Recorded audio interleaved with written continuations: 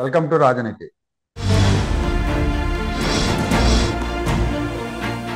ఈరోజు మనతో ఈ అర్సా అనే ఒక డేటా కంపెనీకి ఆంధ్రప్రదేశ్ ప్రభుత్వం భూములు కేటాయించిన దాని మీద రకరకాల విమర్శలు వస్తున్నాయి. ఈ విమర్శలు, వీటికి సమాధానాలు పరంపర నడుస్తూ ఉంది. దీని మీద మాట్లాడటానికి మనతో తానా మాజీ అధ్యక్షులు, ఎన్ఆర్ఐ టీడీపీ కన్వీనర్ కోమటి జయరాం గారు ఉన్నారు. జయరాం గారు నమస్తే అండి. నమస్కారం సార్. సురేష్ గారు నమస్కారం. జయరాం గారు, ఏంటి ఈ అర్సా కంపెనీ ఎన్ఆర్ఐస్ అమెరికన్సే ఇది చేసినట్టున్నారు? దానికి విశాఖపట్నంలో 60 ఎకరాలు చాలా తక్కువ రేటుకి ఇచ్చారని ముందు కేసినేని నాని గారు సీఎం గారికి లెటర్ రాశారు. అలాగే దీనికి ఇందులో కేసినేని చిన్ని గారికి సంబంధాలు ఉన్నాయి, ఆయనకి లబ్ధి కలిగే విధంగా ఈ ప్రభుత్వం ఆయన కేటాయించింది. ఎన్ఆర్ఐల ట్రాక్ రికార్డు కూడా సరిగా లేదని చెప్పి విమర్శలు వచ్చినాయి. వైసీపీ నేతలు విమర్శిస్తున్నారు, వైసీపీ మీడియా కూడా దీన్నే బాగా హైలైట్ చేస్తూ ఉంది. మనకి ఈ లాస్ట్ 5 yearsలో ఈ వైసీపీ గవర్నమెంట్లో జరిగిన దుర్మార్గాలను కప్పిపుచ్చుకోవడం కోసం ఏదో ఒక రకంగా ఇప్పుడున్న ప్రభుత్వాన్ని బ్లేమ్ చేసే ప్రయత్నంలో వైసీపీ ప్రయత్నం చేస్తూ ఉంది. స్పెషల్గా ఎన్ఆర్ఐస్ని టార్గెట్ చేయటం అనేది చాలా దురదృష్టకరం. ఎందుకంటే మేము ఎన్ఆర్ఐస్గా రాష్ట్రం మీద ఉండే అభిమానంతో, రాష్ట్రం మీద ఉండే ఇంట్రెస్ట్ తోటి మనం ఎన్ని సంపాదించినా కూడా అక్కడ మనం ఏదో ఒకటి చేసి మనం అక్కడ ఎంప్లాయ్మెంట్ క్రియేట్ చేయటం వల్ల ఉపయోగం ఉంటుందని బిలీవ్ చేసిన కొంతమంది NRIs came forward to invest. అది కూడా వాళ్ళంతటా వాళ్ళు వచ్చి ఇన్వెస్ట్ చేసి ఏదో సంపాదించుకుందాం అనేది కాకుండా దానికి లోకేష్ బాబు గారి శ్రమ ఎంతో ఉంది. ఇప్పుడు గవర్నమెంట్ వచ్చిన వెంటనే ఇమీడియట్గా ఒక 1 week ఇన్వెస్ట్మెంట్స్ని ప్రొక్యూర్ చేసుకోవడం కోసం యుఎస్లో ఒక 1 week విజిట్ చేసి చాలామంది ఎంటర్ప్రెన్యూర్స్ని మోటివేట్ చేసి, it's not easy over night 10 మంది ఎన్ఆర్ఐస్ వచ్చేసి అక్కడ డబ్బులు పెట్టేద్దామని రారు. దాని వెనకమాల లాడ్ ఆఫ్ బ్యాక్గ్రౌండ్ ఉంది.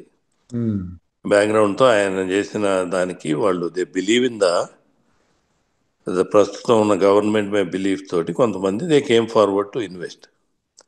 దీనికి ఏంటంటే ఒక రకమైన ఎన్ఆర్ఐస్ అంటే కేసినేని నాని గారు ఇంతకుముందు ఎంపీగా చేసే ముందు కూడా మేము కూడా విజయవాడ నుంచే మనకి ఎన్ఆర్ఐస్ అంటే ఒక రకమైన తేలిక భావం ఉంది.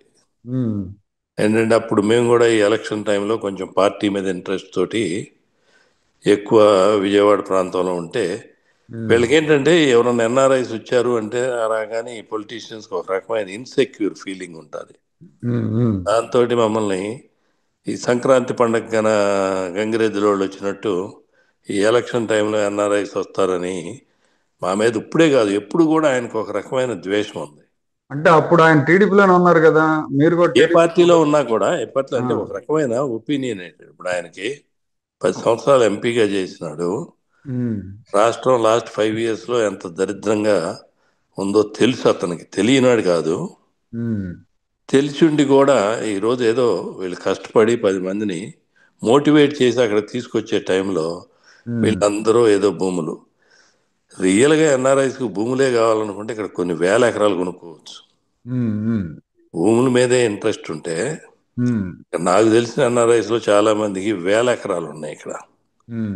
అయితే ఒక చిన్న విషయం అండి, అంటే నాని గారు అభ్యంతర పెట్టడం ఏంటి, చిన్నీకును ఈ కంపెనీ అబ్బూరి సతీష్ కి ఇద్దరికి సంబంధాలు ఉన్నాయి, వీళ్ళిద్దరు గతంలో వేరే కంపెనీ ఫ్లోట్ చేశారు, చిన్నీకి లబ్ధి కలుగుతుందనే యాంగిల్లో ఈయన ఏదో అబ్జెక్ట్ చేశారని అన్నట్టుంది.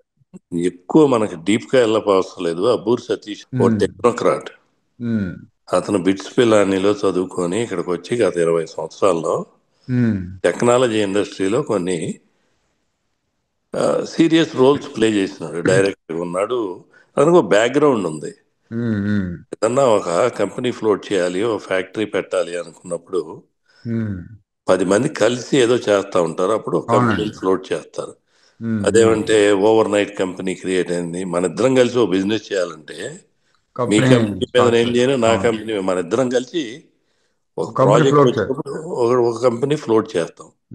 దాన్ని వీళ్ళు ఏంటంటే ఏదో ఒక దీన్ని పొలిటికల్ అడ్వాంటేజ్గా ఏదో ఇక్కడ కొండందో వెనుకలు పట్టినట్టు, ఒకవేళ గవర్నమెంట్ ప్రభుత్వం ఇచ్చిందే అనుకోండి భూములు, దానికి ఒక 1,00,000 రీజన్స్ ఉంటాయి. మాకు ఇక్కడ క్రెడిట్ కార్డు ఇస్తే ఉమ్, ఫైన్ ప్రింట్లో 2 పేజీలు ఉంటుంది.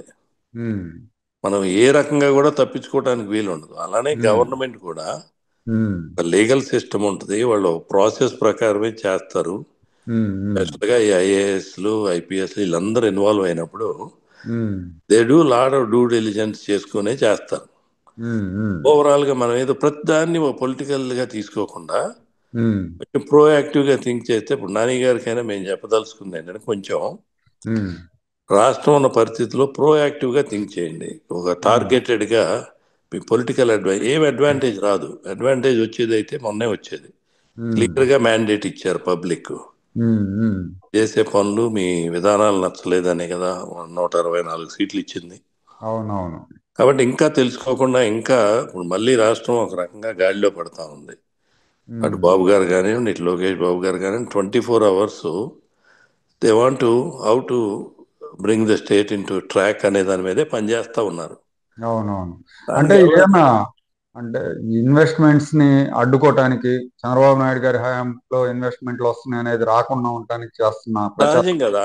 ఉమ్, అది తప్పు అన్న పొలిటికల్గా ఉమ్, వేరే రకంగా మీరు చేయాలి, కానీ వచ్చే ఇన్వెస్ట్మెంట్స్ ఆపుకోవటం, ఉమ్, లేకపోతే స్టేట్ని డెవలప్ చేయకుండా చేసుకోవటం అవన్నీ మంచి పద్ధతి కాదు కదా. ఉమ్, ఉమ్, స్పెషల్గా ఇప్పుడు మాలాంటి వాళ్ళు ఎన్ఆర్ఐస్ ఉన్నారు అనుకోండి, ఇక్కడ ఉమ్, అవుట్ సైడ్ ఆంధ్రప్రదేశ్లో కూడా కొన్ని వేల మంది ఉమ్, సిఇఓలుగా కొన్ని కంపెనీలు, ఇప్పుడు మాకు బే ఏరియా ఉంది సిలికాన్ వ్యాలీలో, um, Telugu entrepreneurs $1 billion company నడిపే వాళ్ళు చాలా మంది ఉన్నారు.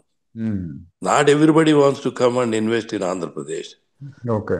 Some of them are interested in coming forward to do something. Um, అలాంటి వాళ్ళని మనం డిస్కరేజ్ చేసామనుకోండి, ఉమ్, ఉమ్, అది దానికి మీనింగ్ లేకుండా ఉంది. ఇప్పుడు ఓకే. ఎవరు అనేది ఇంపార్టెంట్ కాదు అక్కడ. ఒక పెట్టుబడి వస్తుందా? ఉమ్, పెట్టుబడి వస్తుంది, పెట్టుబడితో పాటు ఎంప్లాయ్మెంట్ క్రియేట్ అవుతుంది. అదే.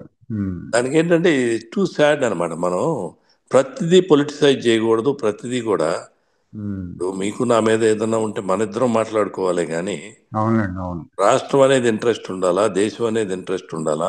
ఉమ్, ఇప్పుడు మనం ఏ దేశంలో ఉన్నామో దేశానికి ఏ నష్టం జరగకుండా ఉండాలా, మన స్టేట్కి నష్టం జరగదు. మిగతా అన్ని మన ఇద్దరం ఏ పాలిటిక్స్ చేసుకున్నా పర్లా. ఉమ్, అలా ఉమ్, కాకుండా ఇలా చేయటం అనేది చాలా దురదృష్టకరం. ఉమ్, స్పెషల్గా ఎన్ఆర్ఐస్ అనేది నాకు తెలిసినంత వరకు ఉమ్, ఎవరు ఏ ఒక్కడు కూడా ముందుకు వచ్చి కంపెనీ పెట్టాలనుకునేవాడు సక్సీడ్ అవ్వాలని అనుకుంటాడు.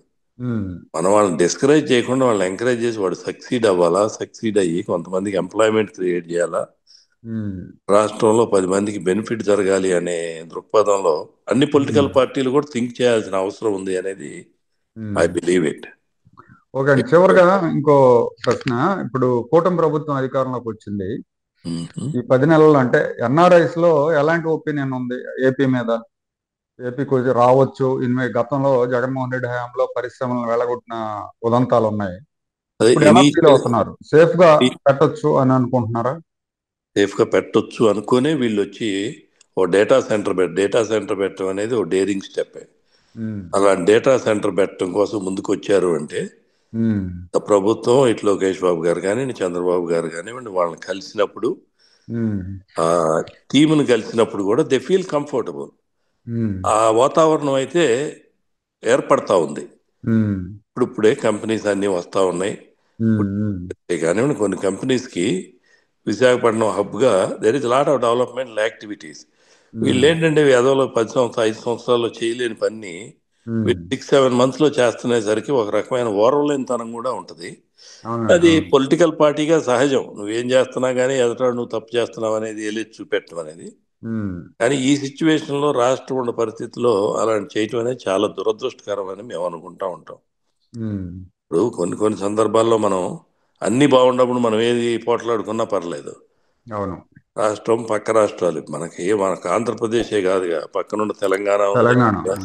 ఉంది, కర్ణాటక ఉంది, పూణే ఉంది. ఎక్కడ పడితే అక్కడ investment opportunities are there. Um, out of which మన లీడర్షిప్ ఈ కూటమి ప్రభుత్వం ఇనిషియేషన్స్ వల్ల ఇక్కడికి వస్తున్నారు. ఒక రకంగా ఉమ్, ఉమ్, సెంట్రల్ గవర్నమెంట్తో ఉన్న టైస్కే కానీ వీటన్నిటితో కూడా investors are feeling little bit more comfortable అనే దానికి ఇదే ఉమ్, నిదర్శనం. ఇప్పుడు ఈ ఉమ్, లాస్ట్ ఉమ్, 6-7 monthsలోనే ఉమ్, మ్యాటర్ ఆఫ్ 10 monthsలో companies coming forward and try to invest and making a MOUs and starting the companies అనేది కొంచెం ప్రోయాక్టివ్గానే ఉన్నారనిపిస్తూ ఉంది. తప్పకుండా ఓకే. కూడా వచ్చే 1 or 2 yearsలో there are lot of people will come and try to do business there అనేది అనుకుంటా ఉన్నాం. దానికి పొలిటికల్ పార్టీస్ అడ్డుపడకుండా, ఇప్పుడు పొలిటికల్గా ఏదైనా విమర్శించుకోవచ్చు, రాష్ట్రాన్ని దృష్టిలో పెట్టుకొని రాష్ట్రం అభివృద్ధి చెందుతూ ఉంది అనేటప్పుడు దాన్ని అడ్డుకోవడం అనేది చాలా దురదృష్టం. ఓకే అండి, thank you sir, thank you so much. Thank you.